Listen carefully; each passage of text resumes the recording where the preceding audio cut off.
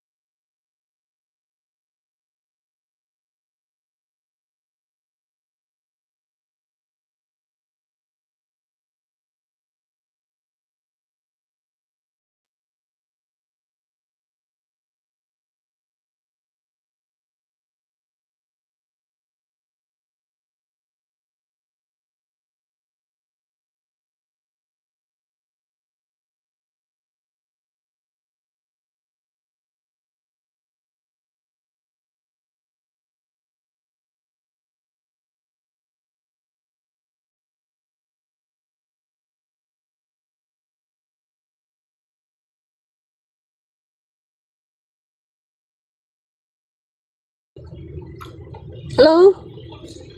Kamusta kayo mga kababayan, no? Happy tuloy. Hindi pala masyadong happy yung iba kasi nasalanta yung iba ng bagyo, no? So, yung iba po nating mga kababayan ngayon ay hindi po happy dahil nasalanta po sila ng bagyo. Pero tayo po ng mga hindi po nasalanta ng bagyo ay pagdasal po natin ang ating mga kababayan na sila po ay safe at sana po ay ilayo po sila sa mga kapahamakan, no? At huwag sana na magkasakit, no? So, mag-pray po natin tayo na nasa safe na lugar, no? So, mag-pray po natin ang mga kababayan natin na hindi po sila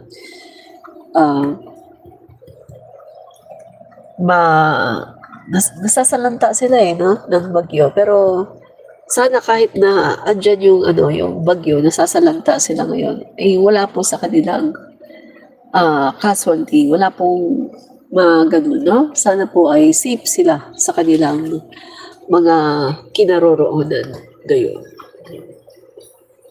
Kasi yung bahay po, pwede pang maitayo ulit yan.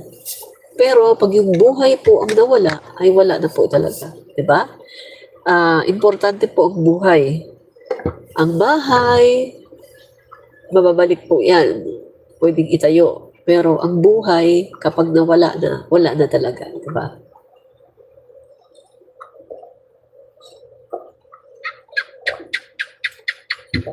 Yan.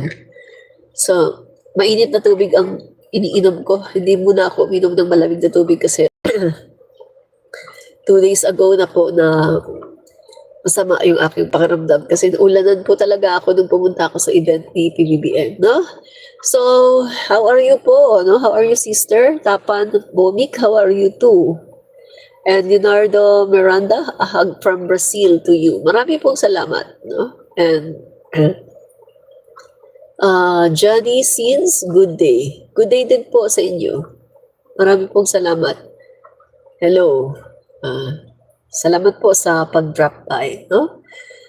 So, ito po mga kaibigan, ang topic po natin ngayon ay tungkol po dito, no, mga kaibigan. Sasagutin lang po natin itong sinasabi ng mga DDS na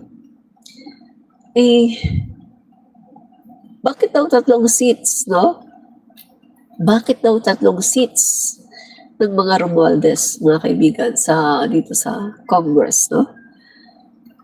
So, mga kaibigan, sasagutin po natin yan at sana po ay paki-double tap na po mga kaibigan, no, para po makapag-like kayo. Double tap, no, para makapag-like po kayo sa ating live, no. Okay. Uy. Sandali.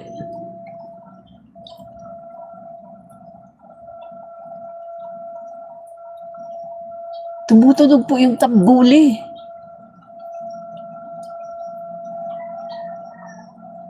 Dito po sa lugar namin. Ibig po sabihin kapag tumunog yung tambuli, merong kumbaga warning sign po yan. Warning sign po. Ibig sabihin, bakit kaya? Ano kayang ano? Tumunog po yung tambuli. No? Siguro pinag-iingat yung, baka merong mga ano. Pero ito po kasi lugar namin, guys, no? Ito pong lugar namin dito ay malayo po kami sa baha. No? Dahil mataas naman po itong lugar namin at kahit nga po gaano kalakas yung bagyo, dito pong location namin ay hindi po kami binabaha dito. No? Yung tubig po dito hanggang ano lang, kung magkakaroon man talaga ng baha, hanggang ano lang ang tubig dito. Hanggang sakong lang po, no? Sakong. Kasi mataas po ang aming location. So, hindi po nagkakaroon ng baha. So, yan mga kaibigan, no? Mag-pray lang po natin yung ating mga kababayan para po sila ay hindi po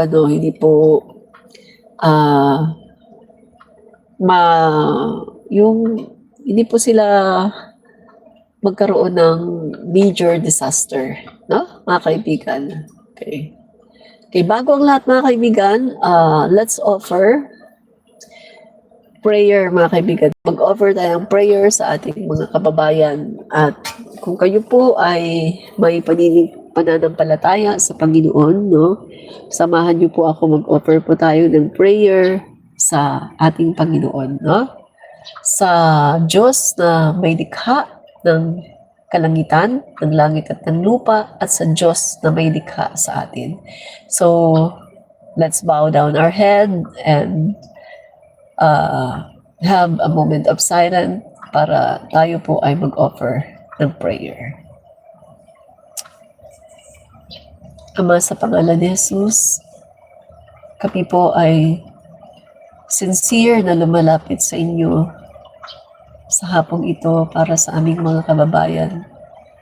Sa mga kababayan namin na nasa mga areas na binabagyo ngayon. Panginoon, langin po namin ang iyong mapagpalang kamay. Abutin niyo po sila, O Lord, at iligtas niyo po sila sa lahat ng kapamahakan. Panginoon, ikaw po ang aming Panginoon na hindi nagmamayo. At sinabi mo nga sa iyong salita na kung sino ka at kung ano ka noon, ay hindi ka nagbabago. Kahapon, ngayon at magpakailanman. Nandyan ka, Panginoon, sa aming tabi. Kung mananampalataya lang kami sa iyo, ay hindi mo kami iiwan, hindi pababayaan man.